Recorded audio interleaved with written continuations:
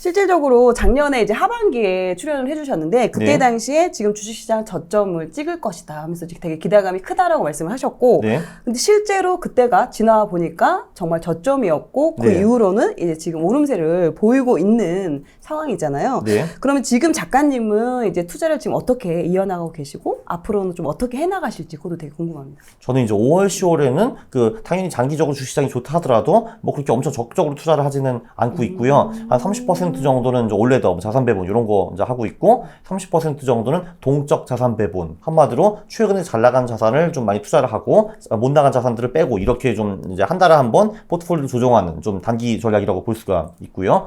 그리고 7월에는 보통 코스피가 좋거든요. 그래서 7월 한 달 동안에만 코스피 주식에 잠깐 들어갔다가 7월 말에 다시 나올 겁니다. 그거 외로는 현금 좀 가지고 있고 그리고 뭐 코인 좀 하고 있고 이러고 있습니다.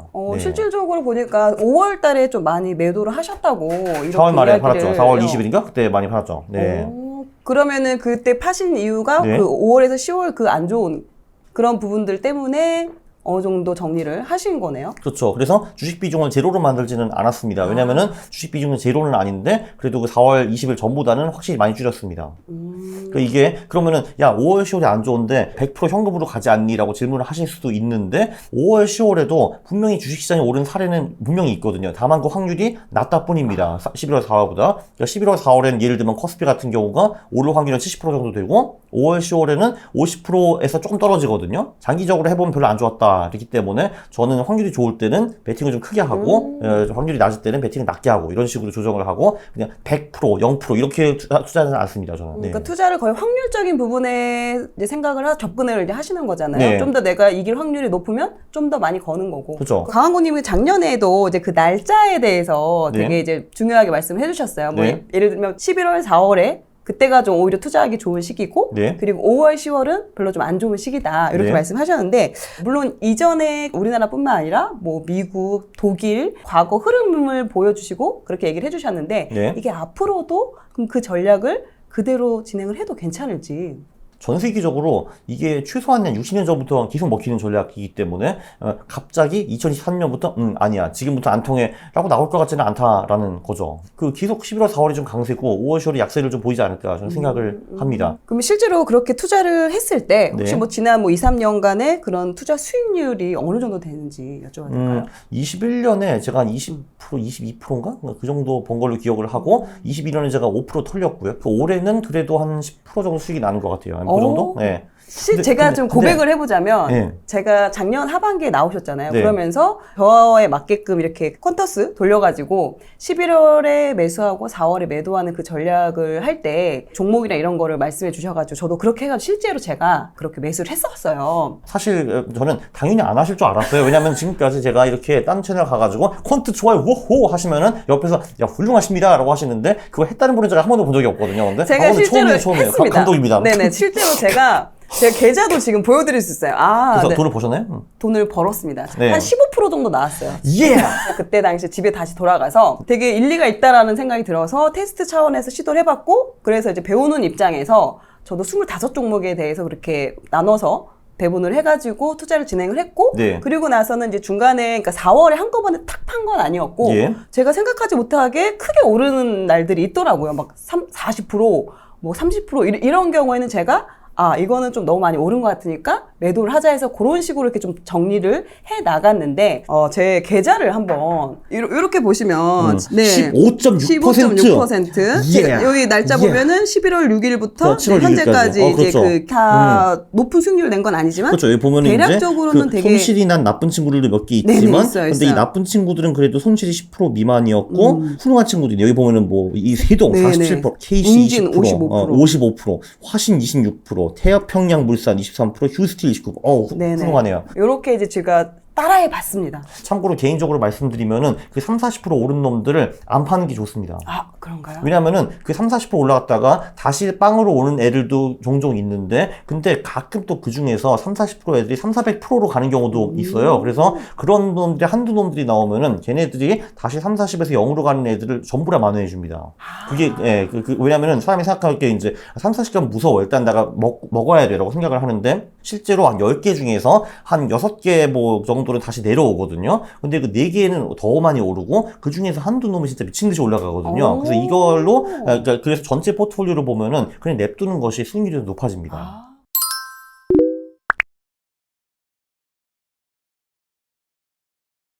저도 그래서 그 코크드림 전략이 제가 이제 10월에 한 다음에 11월부터 어땠나 한번 살펴봤어요. 요거는 분기에 한번 전체 포트폴리오를 리밸런싱 한다라는 가정으로 했고요. 그러니까 중간에 사고 팔고 이런 거 안 하고, 그럼 한번 보면은 11월에는 요 전략이 이제 8% 수익이 났고요. 그러니까 12월에는 마이너스 4.5%, 23년 1월에 10% 벌었다가 2월에도 1% 벌었고, 3, 4월에 좀 부진했다가 5, 6월에 다시 돈을 버는 거를 볼 수가 있네요. 그죠? 네. 아름다운 전략이네요. 그러니까 만약에 전략대로 그대로 했으면 얼마를 벌었냐. 그러니까 한 이거를 6개월 했으면은 실제로 한 15% 버는 것이 노말이었네요. 네. 근데 딱 맞게 제가 15%를 네. 왜냐면 저 같은 경우는 주식에 네, 네. 대해서 좀 잘 네. 모르기도 하고 네. 또 이제 공부를 많이 할 수가 없는 거라서 좀 이렇게 테스트 차원에서 해봤었거든요. 근데 이게 저한테 이렇게 딱 이렇게 좋은 수익률을 내주더라고요.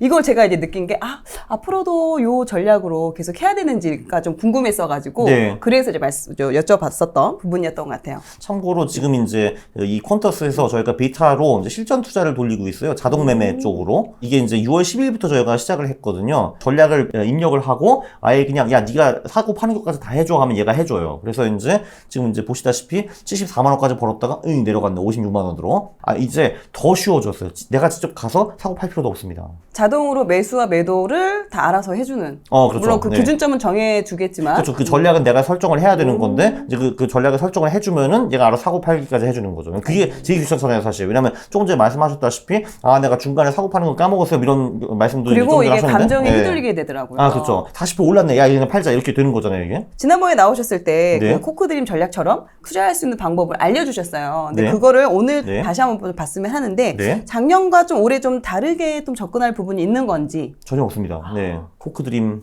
2를 만들까요? 네, 그러면? 좋습니다. 일단 여기 전체 선택 요거를 한 방에 누르는 것이 좋은 게, 여기서 그 관리 종목과 적자 기업, 얘네들이 제일 나쁜 놈들이거든요. 이런들 무조건 빼야 됩니다. 그리고 이제 뭐 중국 상장 기업 이런 것도 별로 이제 도움이 안 되는 친구들이니까 빼버리고, PTP 기업은 미국 애들이니까 뭐 크게 상관없고요. 그리고 이제 금융주나 지주사들도 별로 도움이 안 됩니다. 예를 들면은 이제 이 금융사 얘기를 좀 하면은, 제가 어제 한국의 산업별 ETF들이 많이 있잖아요. 그 산업별 ETF들의 수익률을 좀 확인을 해봤어요. 근데 보니까 저 은행 ETF가 2006년에 생겼더라고요. 근데 지금 17년 지났잖아요. 네네. 그 17년 동안에 그 ETF의 총 수익률이 어느 정도신지 한번 맞춰보세요. 그래도 몇십 프로세 정도는 되진 않을까요? 그러니까 17년 동안에 그 은행 ETF가 몇십 프로 올랐다라는 거죠. 그죠? 예, 아니고요. 한 10% 떨어졌다고요. 오히려? 17년 동안에. 그 17년 동안에 은행 ETF 투자했으면 한 번도 못 벌었어요. 인플레이션 절대 못 이겼습니다, 그걸로. 그래서 금융주 별로다라고 생각을 하고요. 지주사들도 별로 수익이 안 좋더라고요. 그래서 이제 이런 거 다 빼버리고, 그리고 그다음에 이제 뭐 한번 넘어가면은 이제 팩터를 선택을 해야 되는데, 네네. 잔뜩 되게 많죠. 네, 지금 너무 좋아하시는 많아. 거 있나요?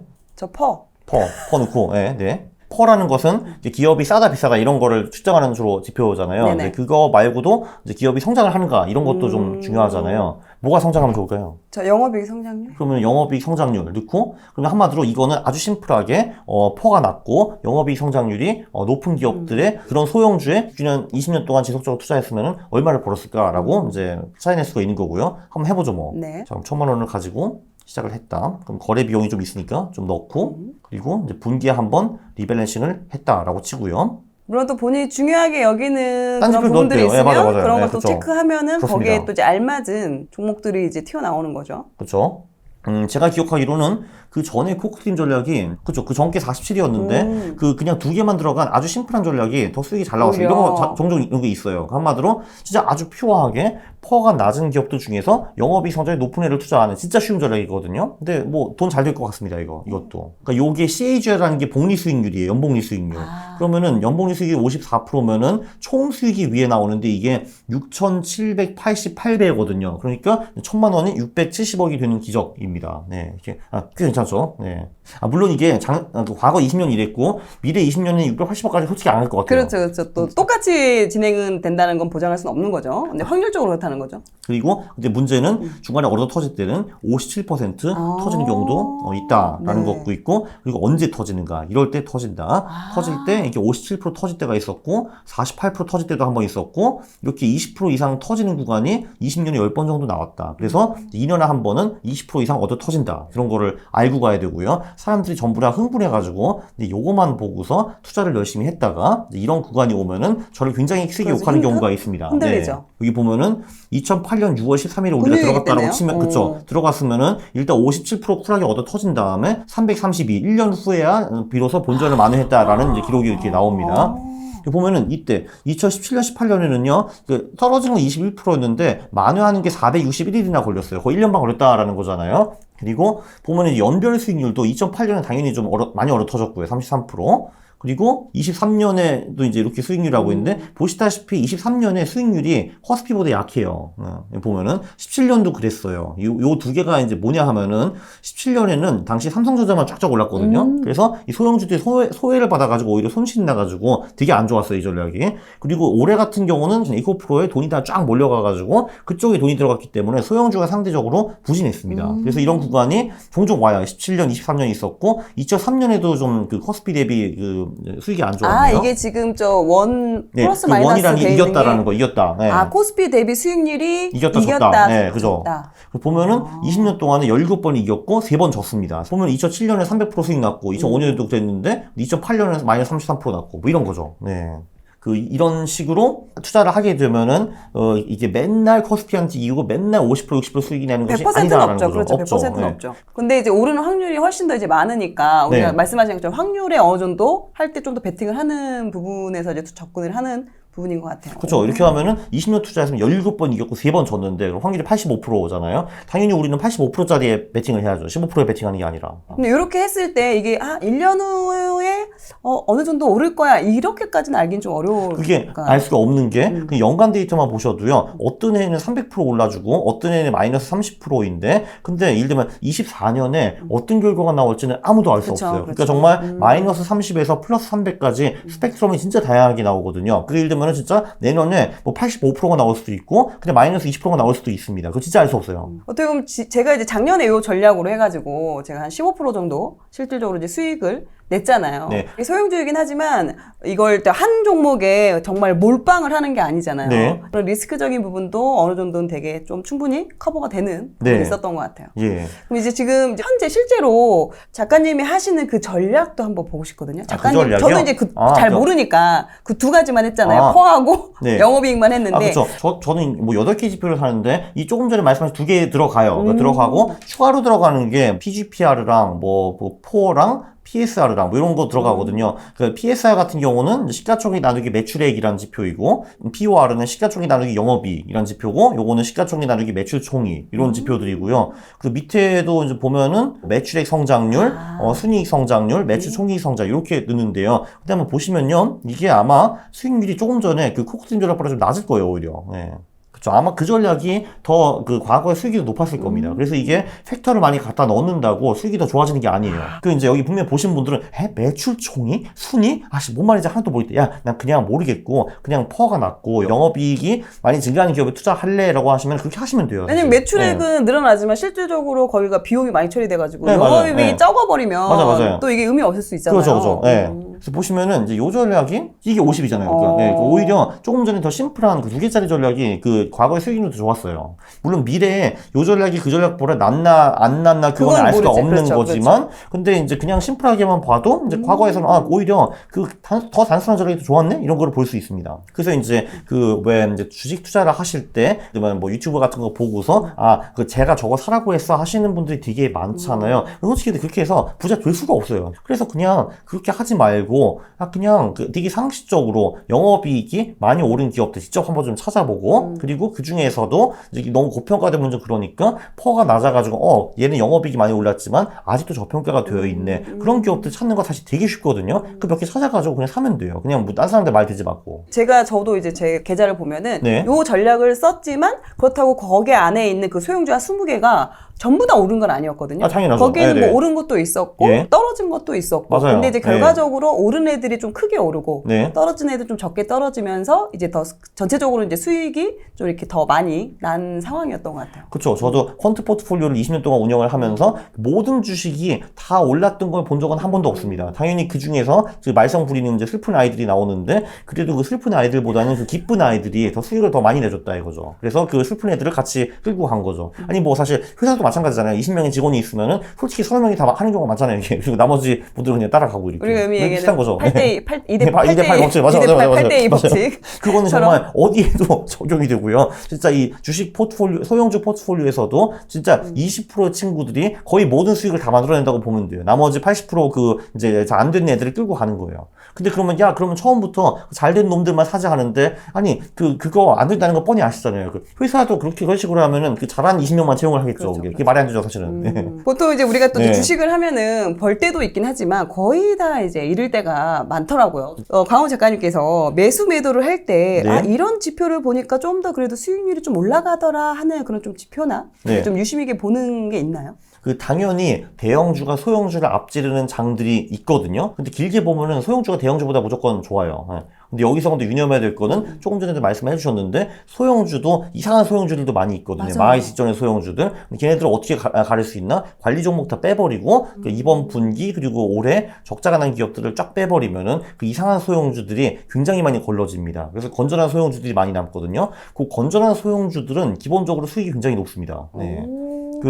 제가 보기엔 이런 차이인 것 같아요. 예를 들면 제가 뭐 20개 포트폴리오에 투자를 했다라고 하면은 제가 이제 20개 대형주 포트폴리오에 투자를 하면은 그 중에서 잘 나간 놈도 있고 못 나간 놈도 있을 겁니다. 대형주 애들은 잘 나가면은 그래도 뭐 통상적으로 30% 50% 이런 정도 오르거든요. 물론 요번에 에코프로처럼 그렇게 큰 예외도 있기는 하지만 소형주 같은 경우도 당연히 잘 나간 놈이 있고 못 나간 놈이 있는데 그 잘 나가는 놈이 소형주는 300% 500% 나갈 수가 있거든요. 그래서 거기서 결정적인 차이가 있는 것 같아요. 그러니까 둘 다 잘 나간 놈 못 나간 놈이 있는데 그 잘 나가는 놈이 몇 프로 가느냐. 근데 그 대형주는 아무리 상대적으로 좀 적게 오르고 소형주는 잘 되는 놈이 이만큼 오른다. 이거죠. 그러면 그래도 그 소형주 내에서도 조금 더 좋은 주식을 찾으려고 하면은 아주 되게 심플하게 그냥 순이익과 영업이익 또는 매출액이 작년 대비 엄청 오른 애들 그런 애들 하면 돼요. 그냥. 그게 가장 심플한 방법이에요. 네. 보통 일반적으로는 그 소형주라고 하면 이거 상장 폐지 당할까봐 네. 또 그런 경험이 저도 또 있었거든요. 그래서 진짜. 뭐 재무제표도 보지도 않고 그냥 네. 앞으로 좋다더라 하니까